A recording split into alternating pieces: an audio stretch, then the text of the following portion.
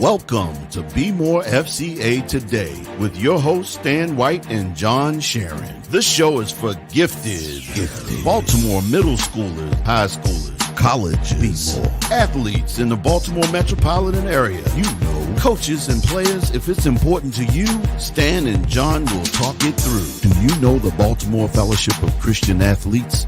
You gotta have faith. Be More, are you ready? Let's go, Stan. Let's go, John. FCA Today.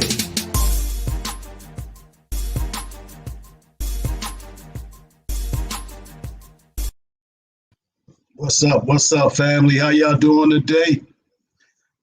It's Pastor John back in the building for another episode of Be More FCA Today. So excited to be here today. One more time, thank God for another opportunity to bring you this awesome podcast that we are blessed to be a part of. I first want to begin this show, can't go any further without taking the opportunity to pay homage and respect to a dear brother who was tragically killed last week. We call him Coach Dip, and he was a part of our community, part of our family, and that's Coach Garrett Jr. So I want to take an opportunity to just pay my respects to Coach Garrett Senior and the entire family over there, and just send my love, my respect, and all of that to them on today as they celebrate his life on today. So we just thank God for the lives that he impacted, the people that he had an opportunity to minister to while he was here on earth. It's not necessarily about the length of a person's life or how many years they live, but it's about the quality of the life and what they do with the time that God allows them to be here. So, Coach Garrett Senior, we love you. Miss Teresa, we love you. We're praying for you. And to the whole Park Heights Saints family, we want you to know that we love and we're praying for you. And to the whole FCA family, when we go through together. And so we just want you guys to know that we are praying for you. And we're asking, our viewers and those who listen to the show to continue to lift Coach Garrett Williams and Miss Teresa Williams in your prayers. And continue to just ask God to surround them with love. So with that said, we want to move forward with an awesome show that we have lined up today. You guys know, for those of anybody who knows me, knows that I'm Go Hard Dunbar High School, and rarely do I fly any other colors. I have my Dunbar mask here. You know what I mean? I don't fly any other colors, but today, out of respect and honor for this young man that we bringing on the show, I'm out here wearing some Calvert Hall colors today. And so today, we want to bring to the stage Mr. Adrian Amos to the stage today. We are so grateful to have you here today, and we're going to bring him on, and we want to talk with him today. We want to really get all in his business today. But this young man loves God. He's a family man, and he's a local guy. Went to Calvert Hall, as I said, and has a wonderful journey, wonderful testimony, and is currently playing for the Green Bay Packers. And so today, without further ado, coming to the stage, Mr. Adrian Amos. What's up, sir? How you doing? What's up? How you doing? Thank you for having me on. I'm doing great. Yes, sir.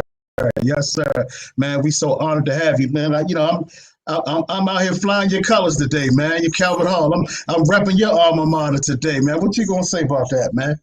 Huh? Man, Talk to me. I appreciate it, man. I know it's a lot of talk during my times. Who will win that matchup my senior year versus the Dunbar team. Yeah, man. Listen, we was both two tough. We was two tough teams back in the day, man. Yeah. We never got a chance to really bump. We did a little scrimmaging, maybe in the summertime we would get an opportunity to do that, but never for, not when it counted, not when the games counted.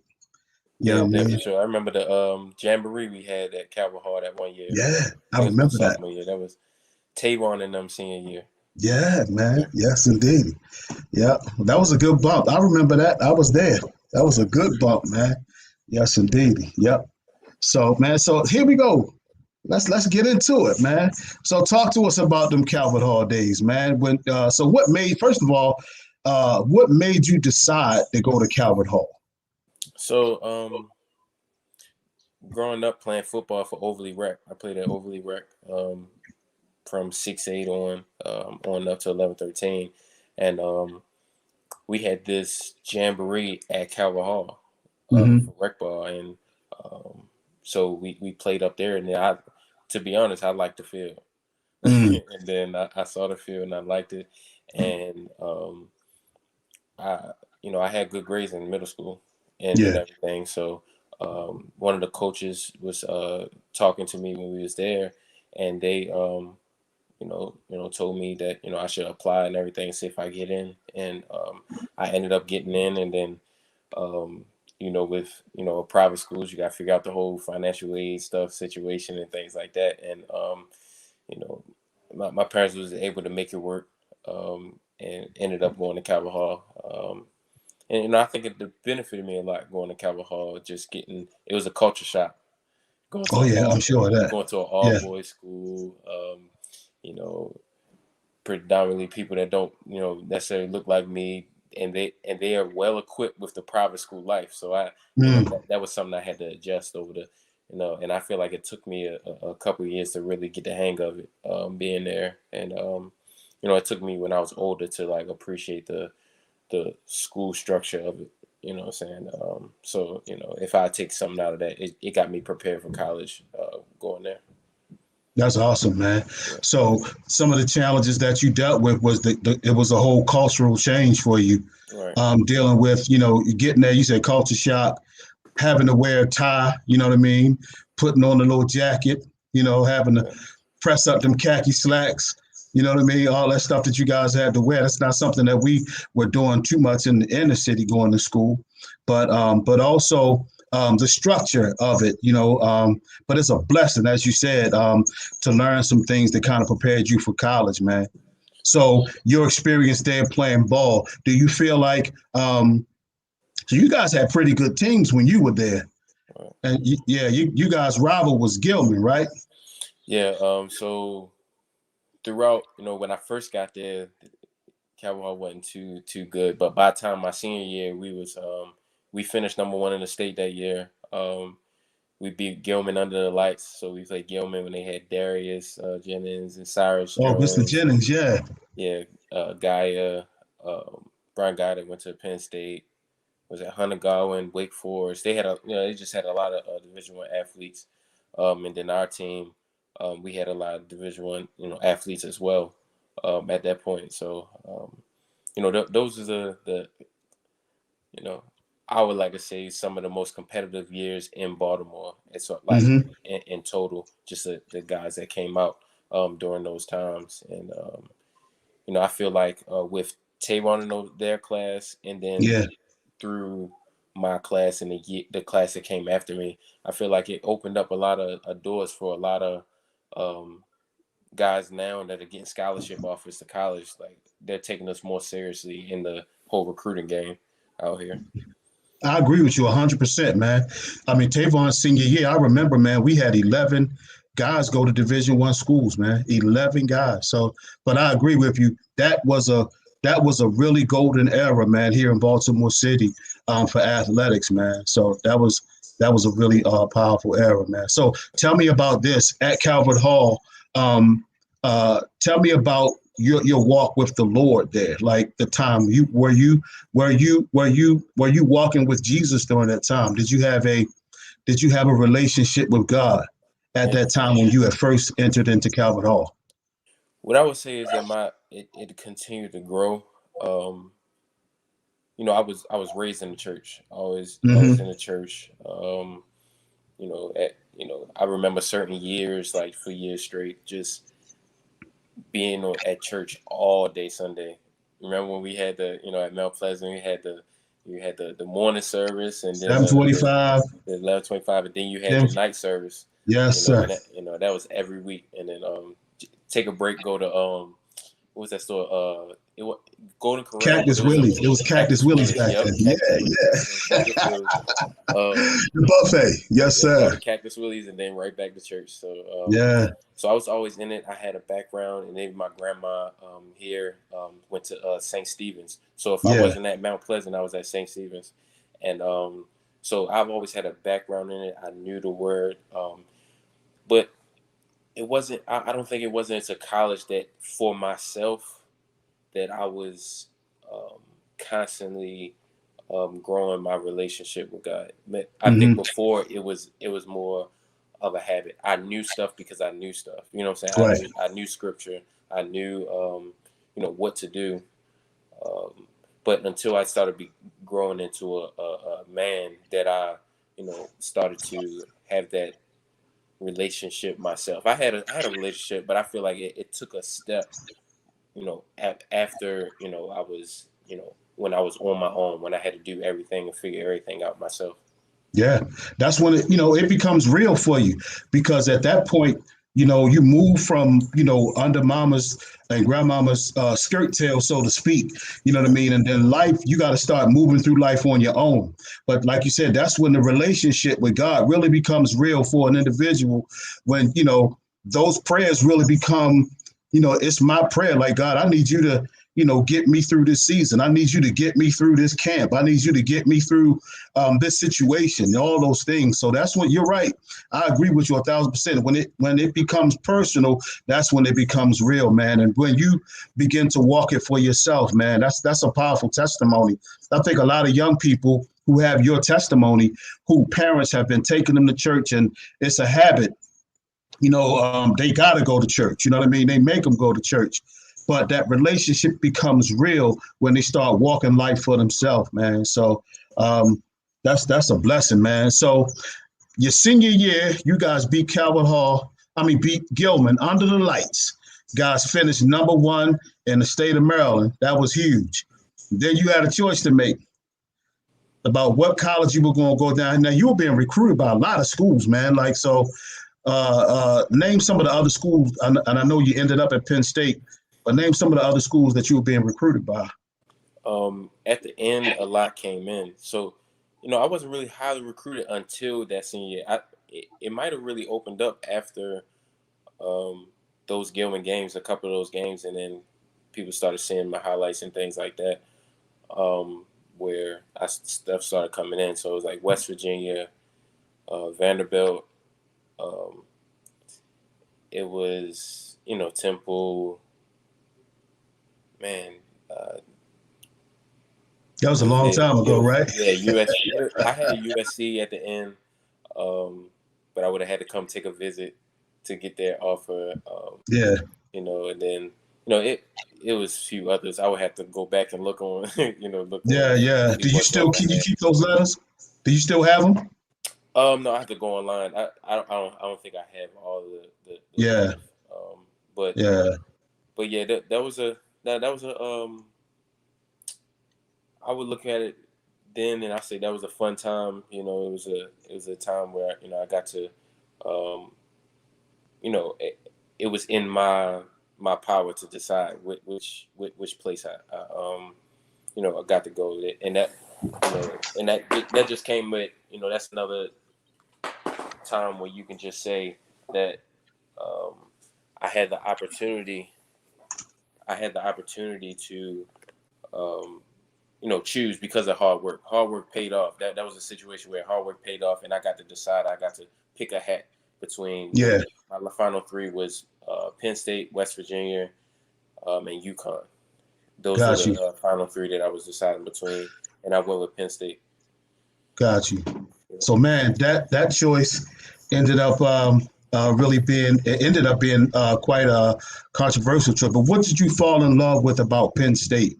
What was it about Penn, man, that you fell in love with? Because I know guys, some of the guys that I've always talked with, it's always something about a particular school, the school that they end up at, that catches them. That, like, I fell in love with the campus, or I fell in love with the coach really grabbed me, or it was something about. What about Penn State grabbed you? It's something that felt right. So it's a funny story with Penn State because I got the Penn State offer maybe a week before signing day. So it was like, so Coach Larry Johnson, who coaches at the Ohio State Buckeyes right now, Mm-hmm. um, he was at Penn State and he was actually visiting Donovan Smith at the time, and he was in his basement, and Donovan showed him a highlight tape, and he was like, "Hey, Adrian's still open for recruitment," and he looked at my highlight tape right there, and then he called me right away, and he called me, and and then he came up to Calvert Hall and looked at my transcript and saw what my SATs was and my grades, and then he decided to um, tell me to come on a visit, and I visited that weekend, talked to everybody. My mother and father both loved the school, loved what they were talking about, loved the academics. What I loved about it, I loved the atmosphere of it, the college town, the college feel. It Yeah. wasn't too far, but it was far enough. I knew What I'm your saying? parents loved that about it. Yeah, It was right up the so road. yeah, for sure. And Yeah. then it just felt right. It's like, man, what are the chances that I get this at this last minute? And then and I just I saw the opportunity to play early as well. So Mm-hmm. it just felt right. And then I signed 2 days later. I decided to, Wow. I signed to go to Penn State. So that was a big step. And I'm grateful for that because I feel like everything happens for me. That was in God's plan for me to go to Penn State. That's what I Yeah. feel. Yeah. I think I absolutely agree with you. Man, I followed your entire career. Um, and you guys, when you got to Penn State, you were playing for one of the greatest coaches to ever coach the game. And then some controversy kind of took place there. And some things kind of shook out. And, a lot of people were jumping ship. And you and three other guys, I think it was four of y'all. It was four of y'all that kind of made a stand and decided that, you know what, we're going to stick and stay and we're going to ride this thing out. Yeah. Talk to me about that decision. How much prayer went into that decision? What was it that caused y'all to kind of make that stand to say, you know what, Penn State or bust? Like, we're going to ride this thing till the wheels fall off. So it's really five other guys other than me. Five. Okay. All right. So what it was, with my freshman class, it was about, it was 6 of us total that we just had like mindsets. When we got there, it was like we were on a mission. We wanted to be the best, and we just always worked out together. So when nobody was watching, we was out there on the field doing what me and Allen Robinson was doing one-on-ones, who's the receiver for the Chicago Bears now. Mm-hmm. We was just out there doing one-on-ones all the time. We was grinding together. We all had built this. We were all roommates as well. So when all this stuff was happening, we wasn't sure. We didn't know what happened, but we actually was together talking about it all the time. Like, where would we go? Because we thought maybe we was getting a death penalty and we weren't gonna be able to play at all at Penn State. So we had to try to figure out whether we were gonna have to leave or not. So what we was doing is we trying to figure out if we could all go somewhere if something happened. But then, after talking, we like, look, man, we can all stick it out here. We have Bill O'Brien here now he came in. He came from the NFL. He just got done coaching with the Patriots, and he came in, and we were like, whether we got bowl games or not, we can, be together and we can do something special. Like, if we stick it out here, we can be remembered forever for, keeping this afloat. You know what I'm saying? It may not be what we thought it was going to be coming to Penn State, but we can keep everybody afloat, and we can be the ones that save the program, and we get to stick together and play together.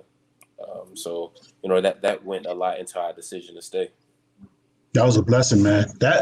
You guys, like, your stature went up. Like, people were talking about it like all over the country, man. Like, it was huge, and it just said so much about your character. It said so much about the type of young men that you were. It just said, and then it spoke so much to, to the town. You know what I mean? That these guys are they sticking with it. They sticking with us. They not jumping ship. And I just feel like, man, it just spoke so much to the type of people that you guys were. And how many of you guys ended up in the league out of that group? I believe all except for one at least played a year in the NFL. That's awesome. Three Yeah, of us are still playing right now. that's amazing. That's amazing. I think God blessed y'all efforts, man. So Penn State. So you guys, did you? Now I'm trying to remember here. So did you get to play in any bowl games at Penn State? Yes. So my freshman year, we played in the bowl game. Yeah. And, we wasn't allowed to play in the next 2 years, but then my senior Right. year, we ended up playing in the Pinstripe Bowl in New York. Got you. Yeah. Got you. Yeah. So man, awesome. So now, stellar career at Penn State, man. Like, so let me ask you this question: where did the nickname that Smash did that start in the league, or did that happen at Penn State? It started at Penn State, kind of. So it was. I was big into Avengers, so I still am. I like Marvel. Yeah. I like Marvel. I like the Hulk and everything like that. Black Panther. But when I used to lift weights, I used to be in the weight room, power clean. I used to say Hulk smash all the time. Yeah. So I used to do stuff like that. And so it just stuck. It was just been like Hulk. And then my Twitter name used to be Hulk Smash. And then it grew into just Smash as I got into the NFL. So and it just stuck with me. Yeah, well, it's a lot of receivers and tight ends that been on the business end of that smash, man. I promise you, I done seen a bunch of them like trying to pull their helmet back around because they find themselves looking out of their ear hole after you dropped the load on them, baby. Yes, sir. You be bringing that thunder, man. I appreciate that old school type of game, man, because it's the game to me is just getting real frisky, if you will. It's getting real. Guys don't even really, and I know they handcuffing you guys as defensive backs a lot. You can't do much. But, if you get a chance, man, go ahead on and lick them real good, man. Shoot. Put a hit on them. You don't hesitate. That's what I like about your game, man. You will put a lick on a dude. I attribute that to being taught young how to keep my head out of it. I know my father used to always stress that keep my head out, keeping my head out of it. So having to adjust with how to hit wasn't as hard for me because I already didn't hit like that. I already didn't use the crown of my helmet when tackling. So it wasn't too big of a adjustment for me to try to do that. I mean, you gotta lay up when I'm not gonna say I haven't gotten any unnecessary roughness penalties, but those are late after it's a tip and then you try to clean them up, which you're taught to do, but now they're trying to tailor back on that. So, but within means, there's still opportunities to be physical. Yeah, man. Listen, I'm just a big fan of physical football, but we ain't gonna get into that too much, man. So talk to me about your how important family is to you, man. Like your family dynamic and how important that is to you as a young man. How important is that? Family is everything. That's where you get who you are. You are who you hang around, who you're with. And growing up, I didn't have as many friends as I had family members I hung out with. I have 3 sisters and a brother.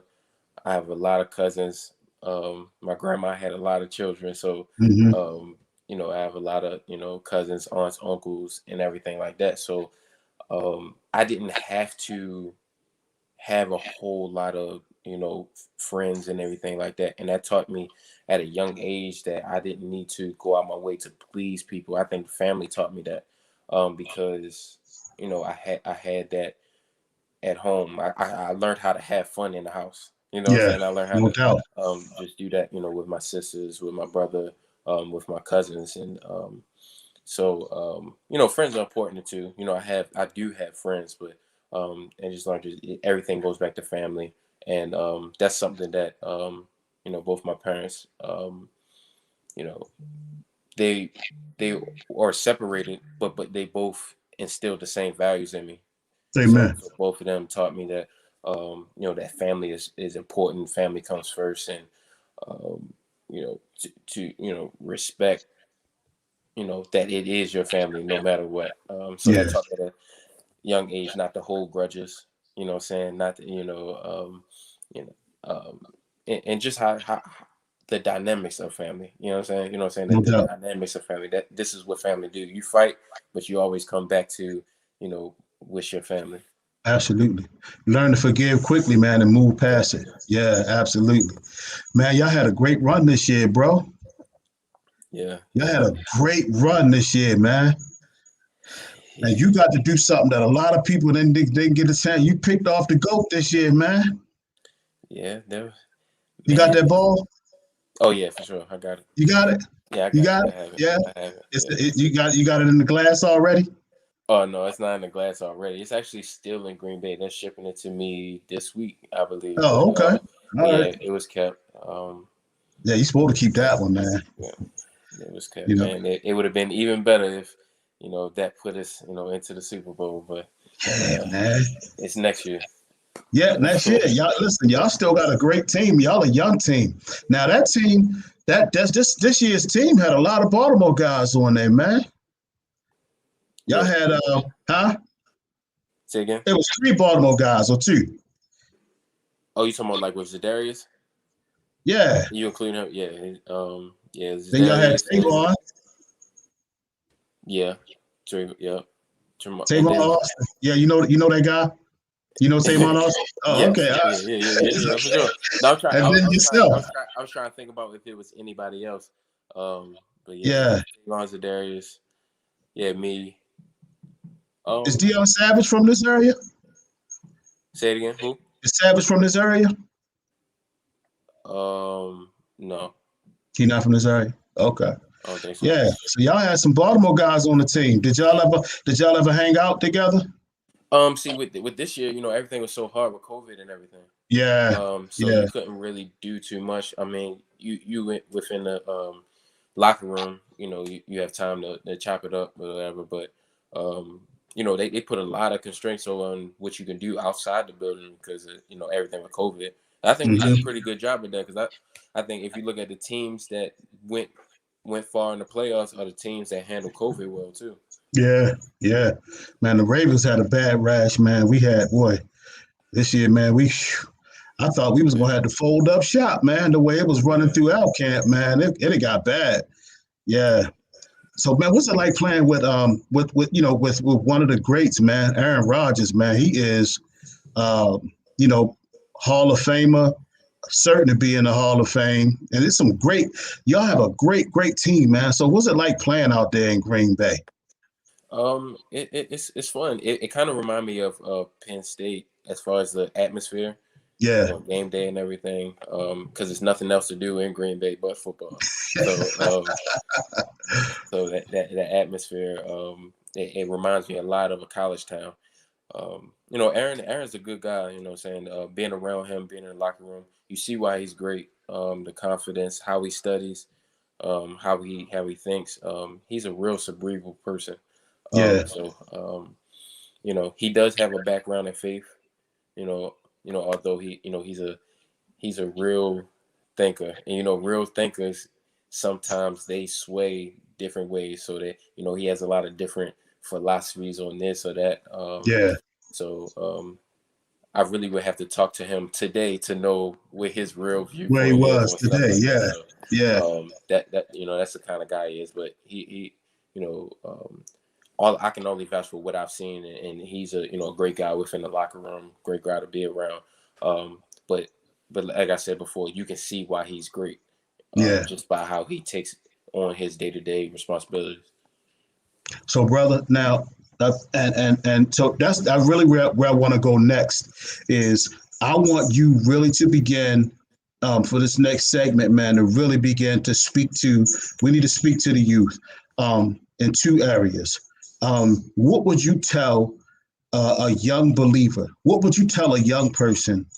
If you could go back in time, what would you tell Adrian at the age of 13, 14, 15 years old about his walk with the Lord? What would you tell him? If you could go back in time from where you are now, what would you tell young Adrian?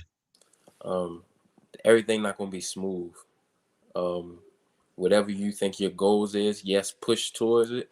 But don't get discouraged when there, roadblocks in the way. Don't be discouraged that just stay the course. If this was your goal, it's your goal. You know what I'm saying? And you can always keep moving towards it. But God going to put you in a path that He wants you to go in. No You know what doubt. I'm saying? He's still going but you have to stay that course. You're going to mess up along the way. You're going to mess up. You're going to have challenges that you can't control, and then challenges that you brought upon yourself at the same time. But what you got to do is just stay the course. Because I had plenty of times where I've doubted that I was going to be an NFL. Yeah. I had plenty of times, regardless of whether I said it out loud or not. But it was times where I doubted that was me in NFL. I actually, when I was 13 years old, I was going into Calvin Hall, and I was a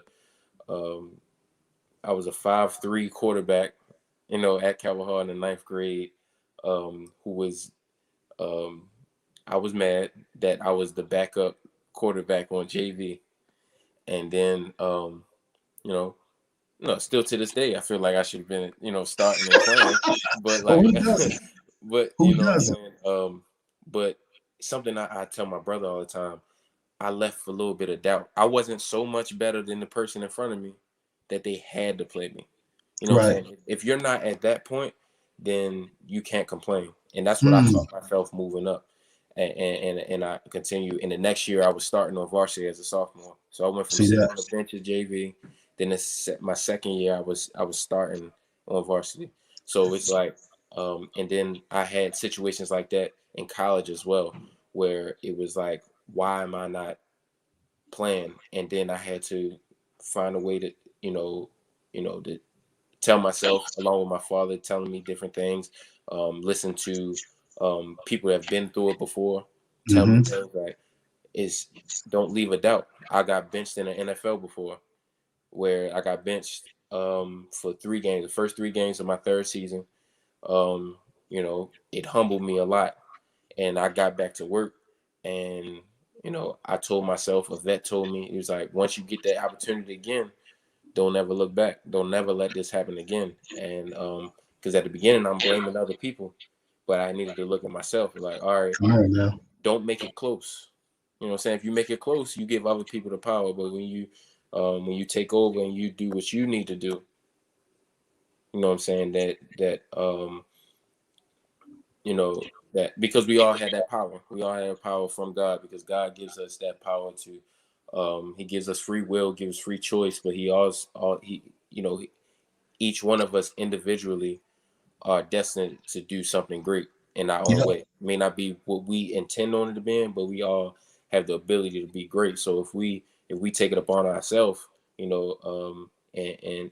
we not just lean with faith, but we do that work, you know what I'm saying, with that faith, then I feel as though we can get through and succeed in what we want to do. But that blaming other people, that's always the wrong way to go. That's fruitless. And you said something key just now, and a scripture had already come to mind, and you just spoke of it, because faith without works is absolutely dead. And see, a lot of young people, especially young athletes, and I just want to drive this point home, and I'm glad you mentioned that, Adrian, and that's kind of where I was heading, because a lot of the young athletes today really want things handed to them on a silver spoon. And they feel like because I have some ability, that I should be starting, or because I have a little more ability than this next person, that I should always be starting. No, that's not the case, because it's not always just about ability. Sometimes it's about ability, attitude, and work ethic. It's about all of those things. And so me, being a former coach, I've coached and been a part of a coaching staff that won 6 state championships. Some coaches never get a chance to coach their whole career, never win one. So I've been a part of a winning formula, and I know what it takes to win. And if the kid can be as talented as they want to be, but if they don't have the attitude and work ethic that it takes to be a good athlete and to be the type of person that a coach can depend on, that don't mean anything. And see, and I'm glad you put those two things together, because you can wish or say something all you want.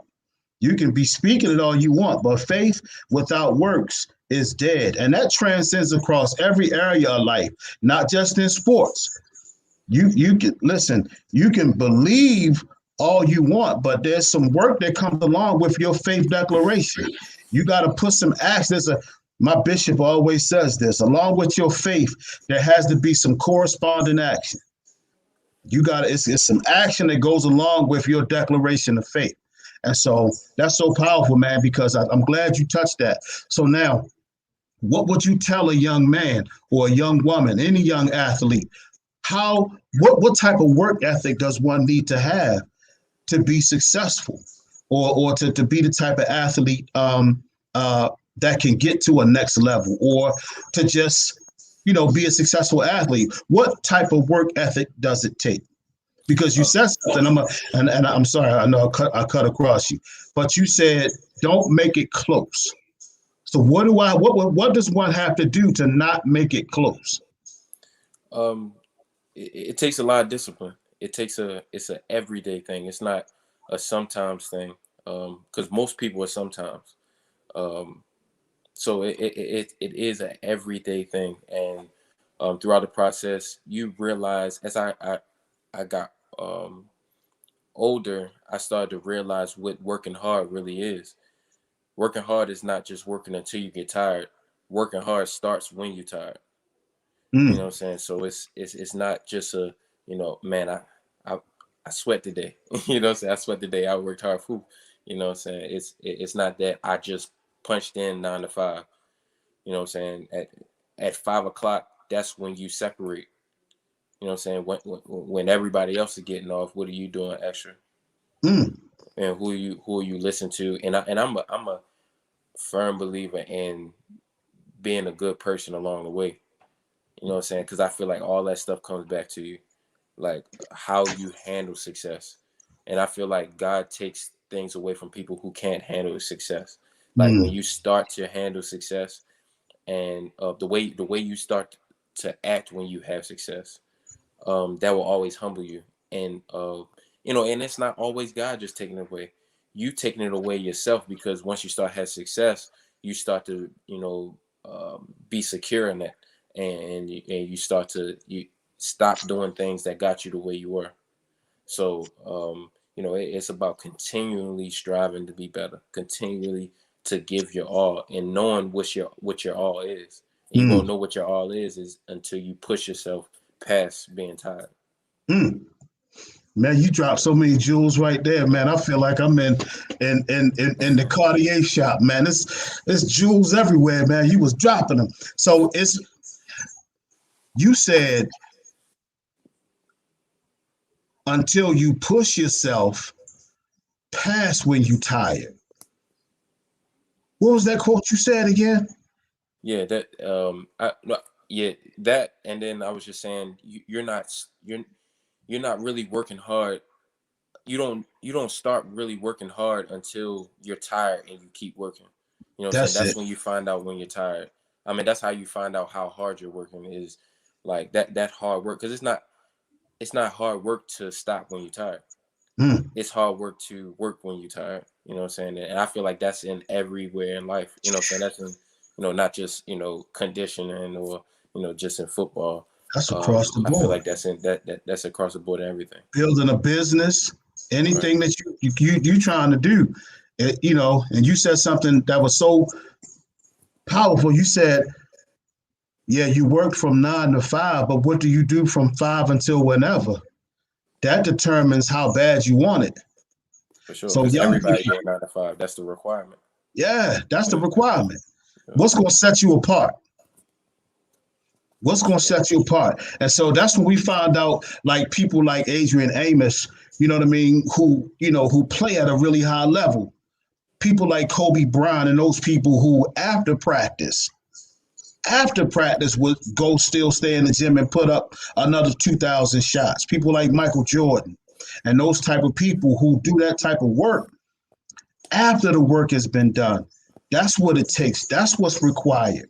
But see, the Bible tells us in Philippians chapter 4, verse 13, that we can do all things through Christ who strengthens us. So if we want to go to that next level, if we want to become a next level athlete, it requires you to really lean on God for what you need and push yourself beyond. I just think about, some of the people that we see and read about in the scripture, and how, they had to go beyond the things that they saw with their eyes and the things that they even believed that they can do. But with God, all things are possible. And so we have to begin to remember that, when we pray about these things, when we recognize that we have these physical limitations on ourselves, but God can help us to overcome those things to become what he wants us to be. And so if he has a desire for you to be in the athletic arena, God will help you to overcome those physical limitations. Push yourself on out there. Trust. It's like, when he called Peter out of the boat, something that seemed totally irrational for a human being to be able to do, walking on water. But he stepped out on faith. But see, he believed, because to take the step took belief. But to actually put his foot down on water was some work. And then the actual work was to take that next step and that next step and that next step. That was the work happening. But then as he kept taking steps, as long as he stayed focused on God, and Adrian, you said something about that. It's about staying focused on him. And as long as we stay focused on God as we do the work, we'll be blessed. But we can't take our focus off of him as we do the work. God will take us everywhere we need to go. He'll make the path straight. He'll make impossible seem. He'll make impossible possible as long as we trust in him and believe in him. Man, you dropped a lot of jewels just now, man. I'm going to tell you, I hope these young folks listening, I hope they paying attention. I hope if you're not on live today, I hope that when you hear this down the road, you really pay attention. If you don't hear nothing else from this segment, that right there was a powerful piece of this segment. I hope you really take with you. Man, you got two awesome young guys now under your wing. Tell us about them two little soldiers, man. You talking about two little boys? They yeah, man, it's great. Being a father and having two people that's relying on you. You know what I'm saying, for everything. So it changes your life, don't it, bro? Yeah, it gives you an extra. It's a great responsibility. It gives you an extra push to try to be great for them, and that's not in the sense of, I know when people hear me say I want to be great, they automatically think football. It's not about just football. It's how I carry myself, how I want them to see me, how I want to be remembered for when they little stuff is little stuff like when they ask somebody, how was my father, then I don't want them to just say, oh yeah, he was good in football. You know what I'm saying? I want them to say more like what kind of impact that I have on people. What else do they remember me other than because they can go and see the film themselves. They can go on YouTube and type and see, they don't need nobody to tell them that I was good in ball, so right. They but what kind of impact, and I want them to follow that and grow. Yeah. Man, I saw there's a little video on the other day, and I kind of, when your son was watching you, intercept the ball, and he said, let's go. He said, that's Amos right there. Man, that thing fired me up so much, man, that little teeny baby, man. But he was so fired up. I said, I see it in him, man. He going to be a baller. I think you got something on your hands, man. You might have to put the ball in his hand. We'll see what God going to do, man. That's me projecting. You know what I mean? Whatever God got for him, he going to be great, man. Yeah. So you enjoying fatherhood, huh, man? Oh yeah, for sure. Yeah, it's enjoying the process. Yeah, it is. It's a process, and I'm praying for you, as a dad, man, and it's a blessing, man. So Man, listen, we're gonna kind of wrap up, man, in a couple of minutes. But what I want from you, really quickly, to tell me who is the toughest receiver you ever had to cover. Toughest receiver I've had to cover. Yeah, we're gonna get busy one time now. All right. I would say that the best receiver we ever played against was Calvin Johnson. Calvin Megatron. That was his last year of his career. But obviously he retired real early for different problems he was having within their organization. But yeah, Calvin Johnson, his last year was that's like, y'all want to see what LeBron looked like in shoulder pads, but faster. That's how Calvin Johnson looked. Calvin Johnson looked like LeBron James. I remember coming out the tunnel, and just walking past Calvin Johnson, and it was like, man, he looks like Megatron on. Remember the little fox on the Fox? Yeah. Robot on the side flipping. Yeah. That's what Calvin Johnson looked like. Yeah, I asked him that when he came to Baltimore one time, man. And he is huge, man. That's a big dude. Yeah. So that's a tough. I can't imagine. I couldn't imagine trying to tackle him. I'm a big boy. Yeah, that's a big dude. Yeah. Him, Julio, and Antonio Brown. But they all big dudes. But people always, sometimes they get surprised when I say this. But the most talented one that I think that I've seen, like just straight talent, not not stats or anything. Most talented is Odell. Odell's the most talented. OBJ? He the most talented athlete I've seen. Like he can play soccer, ping pong, basketball, flip, run routes, all of that. Stop at a dime, fast, jump out the gym. Like he can kick field goals. Wow. You know what I'm saying? Like he's one of the most gifted, like just natural athletes. Like not on combine measurements, but I'm just saying, just like a pure athlete. Just a pure athlete. Just pure talent. My nephew, Lord Mike, man, idolizes that guy. Yeah. And Lord Mike is at a school in Delaware, man. He's a pretty good athlete right now. He's doing really well. He's a wide receiver out there, but he idolizes Odell Beckham Jr., man. He loves that guy. Him and Drake, for whatever. I don't know why he liked Drake, but he loved Drake. Drake had a new song. Everybody was hyping it up, and it came. I ain't gonna do that on my show. But anyway. So my next question is, which quarterback? And I know you just had the big one against Tom Brady, man. But what was the biggest interception? The one the biggest one that you ever had, like in your NFL career? Let's not even limit it to that one. What was the most memorable interception that you've had in your career? The most memorable one. That's easy. Back in Baltimore, when I came back to Baltimore, and I had to pick six. See, dog, why you got that, man? Came back to Baltimore, had a pick six. I remember that one too. Yeah, that was my first NFL touchdown. It might have been my first interception too, but my first interception was a pick six in Baltimore. And 2017. Yeah, I remember that, man. And it was essentially the game winner. Yeah, I remember that. You disrespectful. I still love you though. Yeah, I still love you. I thought it was just. I thought you should have like caught it and dropped it and let somebody else pick it up. But it's all good. I still love you, bro. I remember that one. Yeah, that was huge though. Yeah, and that was the last game. Like, think about it now. That was the last game my Grammy, who passed this past year. That was the last game she'd been to see me play. So that before she started not able to get around to go to games and stuff. That was the last game. She seen me play. She got to sit up in the box and watch that play.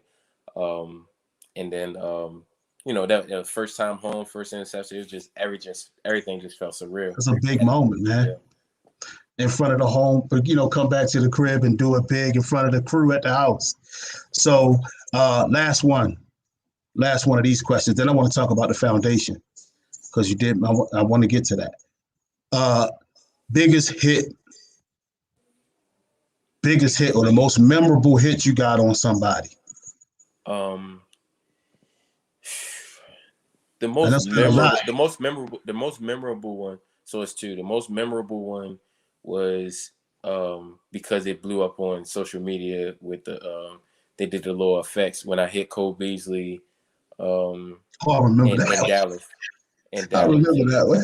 So they put that everywhere. But my favorite, the one for me, was against Minnesota. It was at the end of the half, and I hit Jet McKinnon. I came out the post, and I just, and he was running the ball, so it wasn't like he caught it and running. He seen me coming, and and I ran through him. And that was the same season. Yeah, that was the same season that I got benched the first 3 games, and that was my first game back starting. And my coach was on the sideline, and you can hear me yelling, but I'm yelling to him. So it's like that's why it's always in my memory that play. He tried to load up. Yeah, so he was running and he seen me, but he just kept running straight. So he was thinking this. I'm gonna run through this youngin. Maybe, but he was still running straight. He ain't do it right. So he was just running straight, and I just kept running, and then we just met. So yeah, that was my most memorable and favorite hit to me. You said, "Welcome to Baltimore, boy." How we doing in the beat? So, man, listen. Let's talk about the foundation, man. Which is so. I really wanted to get to this, man. Which is doing a lot of great work, man. I, definitely want to. Definitely was helpful throughout the COVID situation. Tell us what the name of the foundation, the motivation for that foundation, and all the things that's going on with that. So I started my foundation around 2 years ago. The base of my foundation was my grandmother who had Alzheimer's. She had Alzheimer's, and she was diagnosed about 2011, 2012, and my grandma was very special to me. I'm a big family guy, and then my grandma, and then seeing her gradually just lose her memory, lose her, some of her personality, not being able to do everything herself, having to be taken care of. That's just something, I wanted to have a foundation, and that's just something that I wanted to, include in my foundation. So my foundation is called I'm Still Here. It's about, I got the name, the meaning from just forgotten people. I feel like people that are in day-to-day, people that, day-to-day and with, the government, anybody, the people that are left behind are the elderly and kids in inner cities. So inner city youth and the elderly. I feel like those are people that are forgotten about. If it's to do with the inner city kids with textbooks and supplies, or the elderly are they're about to go anyway. Let's just push them off the side. Yeah. You know what I'm saying? So we work with Alzheimer's Foundation, Alzheimer's Association. We work with the youth. We do things like give backs with the turkeys, and we work with Big Addy. We work with Mount Pleasant, and yes, Lord. So we want to do that. Yeah, with COVID relief, we want to help in those things, inner city and with the elderly. So that's big for me, and it's just continually growing and continually being hopefully continue to be a positive impact and change, within multiple communities. Amen. Man, listen, man, shout out to you for the foundation and the work that it's doing and the lives that it's impacting, and the fact that you did it to honor, such an awesome and wonderful lady. You know what I mean? Somebody that means so much to you, man. I salute you for that, brother, and to God be the glory. And when you sow, brother, in fertile soil and in the lives of other people, man, the scripture says when you do this to the least of them, Jesus said it's just like you're doing it to him. You know what I mean? And so when you have a heart to sow and to give back, man, to those who are, as you say, left behind, those, and to have a mind to remember that they are still there. God honors that, brother. So, man, I thank God for you, man. Thank God for, your lovely wife to be. I know she works a lot with your foundation, Miss Morgan. Shout out to Morgan, sister. So you guys have a special day coming up. So thank God for that, man. And so, brother, thank you so much, man, for being on the show, man. Like, bro, like you really were. It was really good to just kind of chat with you, kick it with you, talk to you today, man. Just kind of, had this little kickback with you, man. You look real relaxed, like just kind of chilling during the off season a little bit. Oh, for sure, man. Like you flipping somebody in the background right there. Who is that behind you on that picture? A tight end for the Jaguars. That was a interception I got from the Jaguars this year. You flexing? You flexing on us? Okay, all right. Just the background and a little background flex. All right, man. Listen, thank you so much for being on the show, man. Baltimore. Be More FCA today, man. We really appreciate you for coming on, man. So there are a couple of other things that I'm going to have to do before I wrap up, man. But I want to salute you, man. This has really been good. This has really been a good show. Let us get all up in your business and everything, man. I appreciate it. So thank you so much for coming on, Adrian. God bless you, brother. We'll talk soon. Yes, sir. Thank you for having me on. Yes, sir, man. God bless you, brother. Take care. All right, man. That was rich, man. I really enjoyed myself today with brother Adrian Amos from the Green Bay Packers. Wonderful show.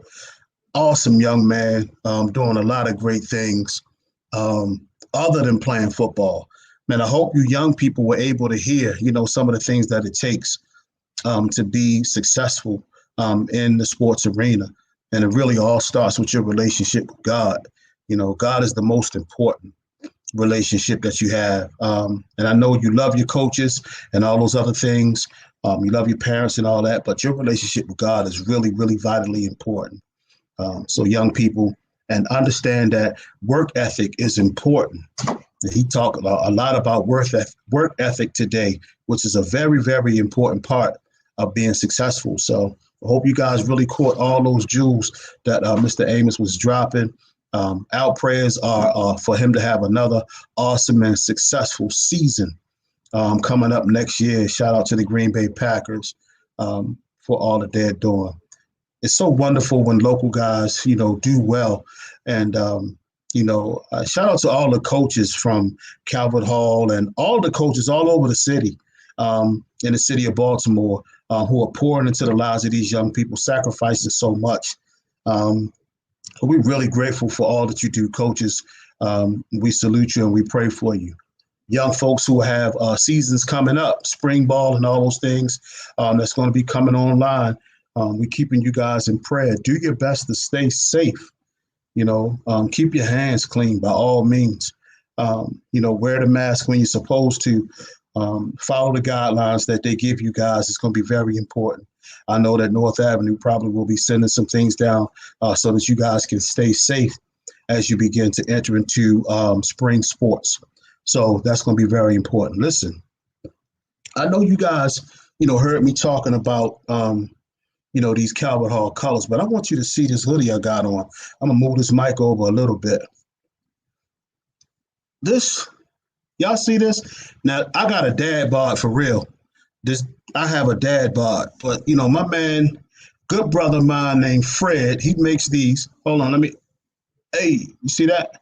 And right here it says, Jesus, won't he do it right there? And it's got the, let me see, I got to pivot this way. I'm trying to turn the right way on the camera so you can see it. Right there, it's got the cross on there. Man, this thing is dope. And it's nice and it's beautiful material. Feels so good on me. And you too can have one of these wonderful hoodies. My man Fred makes these. And listen, I'm gonna give you the plug because I love y'all like that. That's what I do. I plug y'all into the goods. I plug y'all in. I want y'all to look as fly as I do right now. That's what we do. So If you go on Facebook, you can hit his website. He's on Facebook. He's got a Facebook page. It's Christianities. I'm going to spell it. It's C-R. I'm spelling it wrong. CHRISTIANITEES.